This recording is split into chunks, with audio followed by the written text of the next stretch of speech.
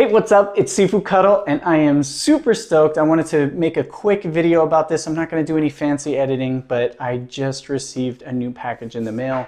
Now, if you guys have been following me for a while, you've seen posts recently about swords from LK Chen, and I've been very lucky to work with them and test out swords and review them and show them in action.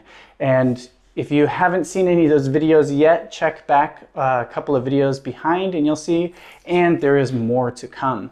But I'm super excited because today I received a sword that I actually bought. And this is because I've been lucky enough to experience the quality of LK Chen swords, and I knew once they announced this sword that the quality was going to be incredible. I knew it was going to be top shelf quality, and I'm so excited. I just got my Niu Wei Dao, the oxtail broadsword, and this is something that you typically see in a lot of the traditional Chinese martial arts. So a lot of my tutorials, this is that same style of sword, and I finally have one that is like the real deal. Usually my swords are made with spring steel. They've got some wobble to them. They're not made to cut. This one is. This is a beautiful sword. So I wanted to make a quick video and just show you guys what I'm excited about and also give you some first impressions. I'll definitely have a good full review later, and I'll be demonstrating a very cool form with this one.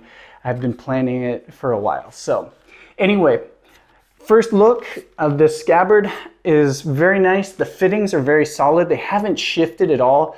And that's something that can happen when you have a sword or a product of nature here, the wooden scabbard that gets shipped to you because the climate is different from where it's made to where it's shipped. So sometimes you can have some wood swelling or warping, and that just happens. But right now, no problems. Everything's fitting solid. I love it. The handle, or let's take a look at the blade. This has got an amazing curve to it. It's actually more than I had expected and more than I've typically worked with, but I think it's a really nice curve. I was able to swing this around a little bit and it just feels so natural to me. It's got a little bit more forward weight than some of the other swords, but this is because you need that forward chop so that you can get the best cut possible. The edge is sharp. And if you don't want a sharp edge, you can actually order it with a blunt edge, and it's still a top quality sword. The guard itself is the cup style guard. This is typical with Qing Dynasty broadswords.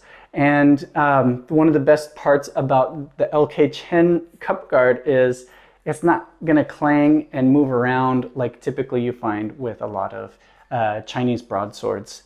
So I love this. The way that the handle is wrapped is super nice with the cord here. The bottom, the pommel is pinned onto the tang of the sword, or it's actually the tang is pinned onto the pommel to hold it in place. It's got a really nice tight fit, and I can't say enough. I love these two grooves right here. That sometimes you'll find in some swords, but most times if you get like just a typical mid-range broadsword, you're not going to find it like this. Even the higher range swords for like modern wushu or martial arts, you're still not going to find it at this quality. So I'm super impressed. Not surprised, but super impressed by the craftsmanship here, and I absolutely love this.